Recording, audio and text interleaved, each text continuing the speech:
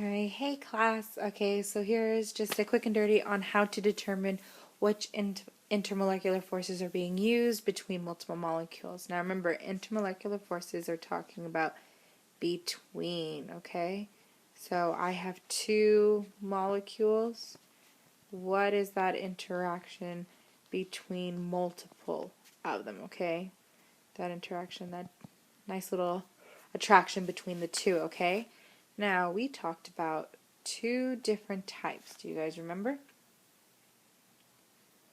There were three. There's London dispersion, dipole-dipole, and hydrogen bonding, and I wrote them in increasing strength. So let's start with London dispersion.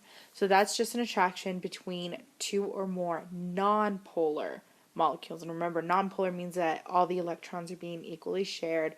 So they usually do not have any type of partial charges.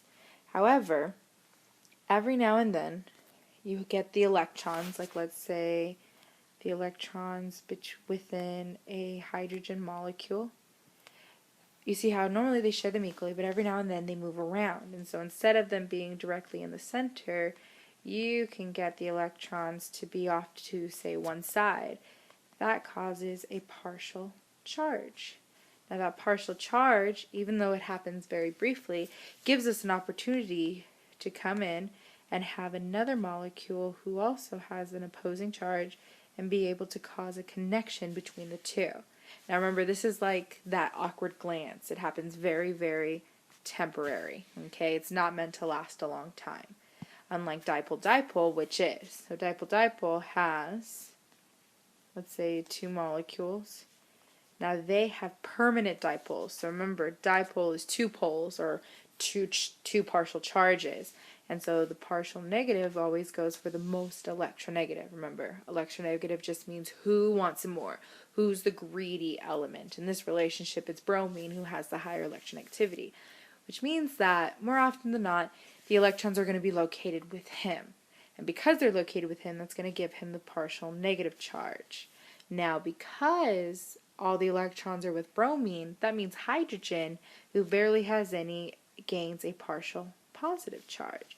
And those two partial charges give them that connection. And so dipole-dipole is more strong than London dispersion. Now the strongest that we talked about is hydrogen bonding. Okay, now remember, hydrogen bonding, it is a type of dipole-dipole, but it specifically requires two things. It requires, a hydrogen and FON or NOF for my first period. Okay, so they have to be directly connected. So something like hydroxide or hydrogen fluoride, those would experience hydrogen bonding. However, something such as this would not, because do you see how the hydrogen is connected to the carbon, not the fluorine? Okay, and so each one has increasing strength. And it is these intermolecular forces that dictate how is their surface tension going to be, how is their viscosity, how is their fluidity. So make sure that you think about those in reference to those different types of characteristics that a liquid can have. Because remember, if there's intermolecular forces, then more likely than not, it's a liquid. Because remember, gas they move too quickly to form any type of bonding, and so only liquids or solids have intermolecular forces. Now, to help you, what I did was come up with a lovely flowchart. Now, the cool thing about this flowchart is that even though it looks complicated, if you think about it, only about half of it you're going to use at any given time, okay? So say that you have a 3-molecule particle. Well, if you have a 3-molecule, then this pretty much gets canceled out. And so the only flowchart you have to deal with is this side. So it's actually not that scary, so don't be freaking out, okay? Now, what I mean by 2-atom particle or 3-atom particle is how does it actually look? So this would be an example of a 2-atom particle. Do you see? 1, 2. Versus 3 atoms is something like, let's say, NH3. Do you see how even though it has 2 elements, it has 4 atoms, okay? 1 nitrogen and 3 hydrogens. So that's what I'm talking about when I say 2-atom molecule or 3-atom molecule, because that's going to determine which side of the flowchart are you going to use. So let's just start with HBr, okay? Say that you have something like that, so we can cross out this part right here.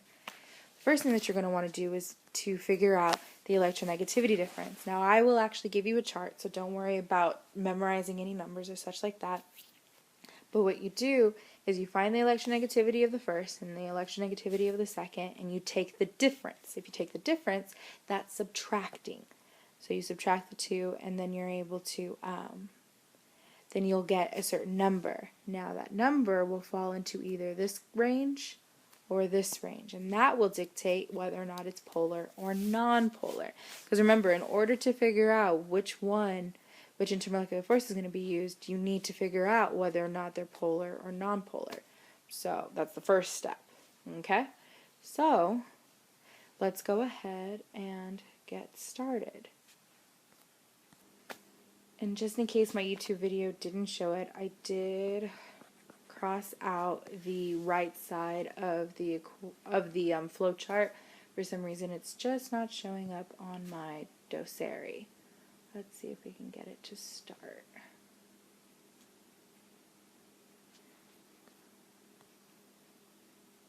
There we go. Now you can see that I can cross out the right side of the equation, or the right side of the flow chart, so that wouldn't be necessary.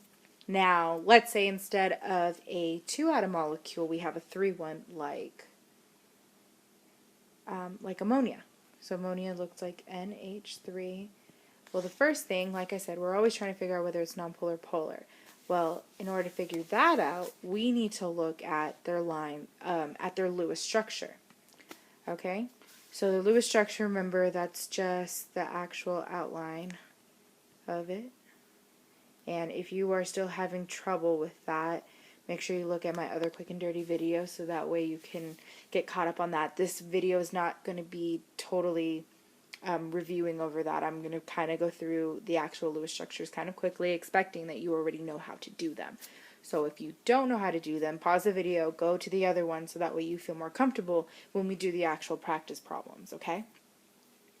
Now, the first thing we do is, now going back to my 3-molecule flow chart, because we know it's 3 molecules, we can cancel out the left side of the screen, or the flow chart, and focus on the right. So you'll see that we need to draw the Lewis dot structure, and as you can see I already did.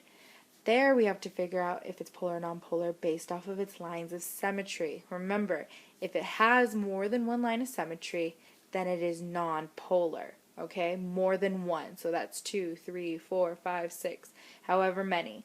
That means it's non-polar. However, if you see like my ammonia, there is only one line of symmetry,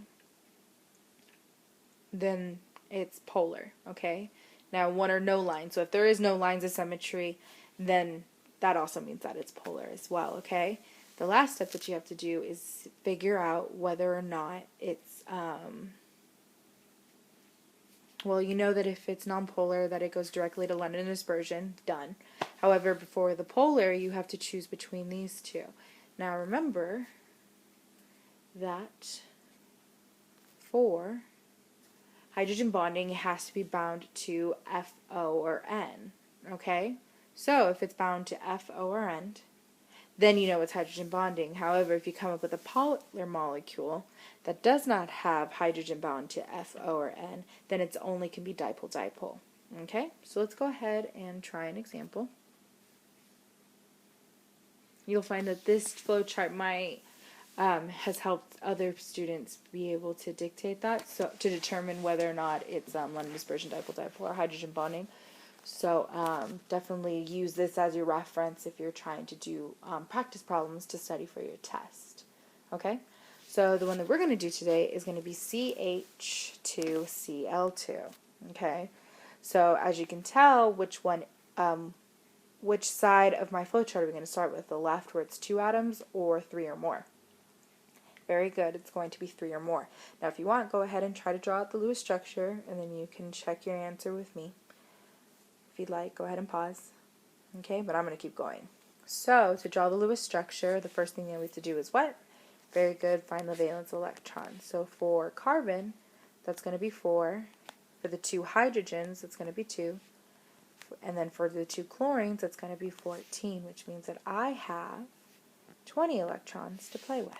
Okay, make sure I did the math right. 14, 18, 20. Perfect, okay? So I have 20 to play with. So I'm going to put a little 20 up top.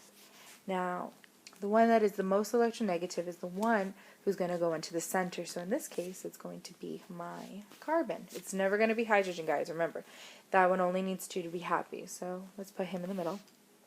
And then, like I said, unless otherwise drawn, it's just going to be one central atom with everything surrounding it. Now, remember that like elements like to stick together. So the hydrogens are going to want to hang out together, and then the chlorines are going to want to hang out together. They're not going to be separated. Okay, they don't like to be separated. Now, drawing these bonds, I already used up 8. So that means that I have 12 left. Now, who are we going to start with, the carbon or the chlorines? Because obviously the hydrogens are happy, so we don't need to worry about them anymore. So we're going to start with the carbon or the chlorines. Very good, the chlorines, okay? And so in order to make them happy, they need 6. So as you see, I did that one, that has 6. As I get rid of the last 2, they need 6. Voila, and you'll see that I have no more electrons to do, but is everybody happy?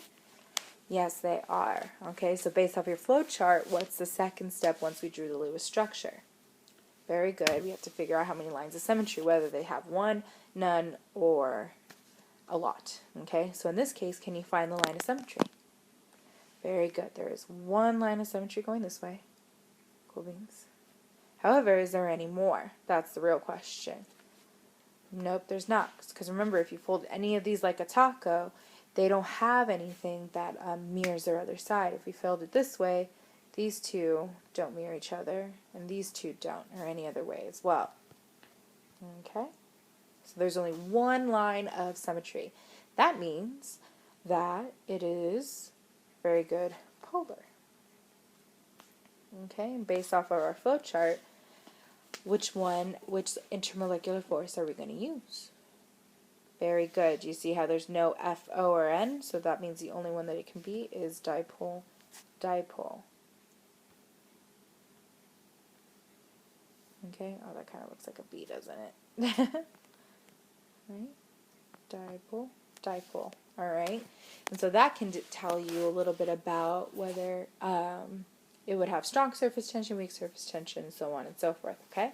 Now that was an example of more than 3 atom element. Let's go ahead and try one that only has 2.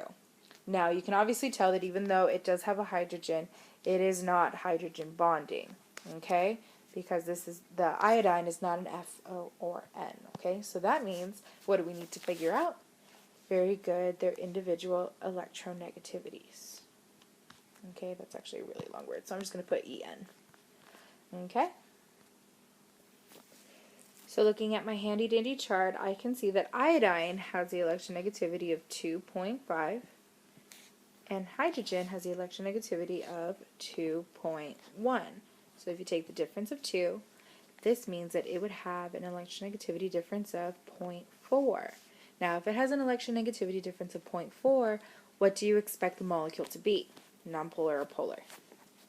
Very good, polar. Which means that it is what kind of intermolecular force? Very good. Dipole-dipole. Okay?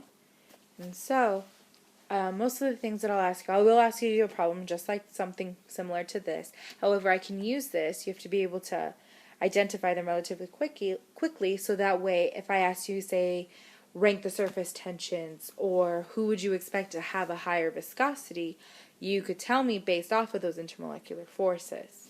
Okay? So, I hope this helped. Good luck studying, and I will see you on Monday.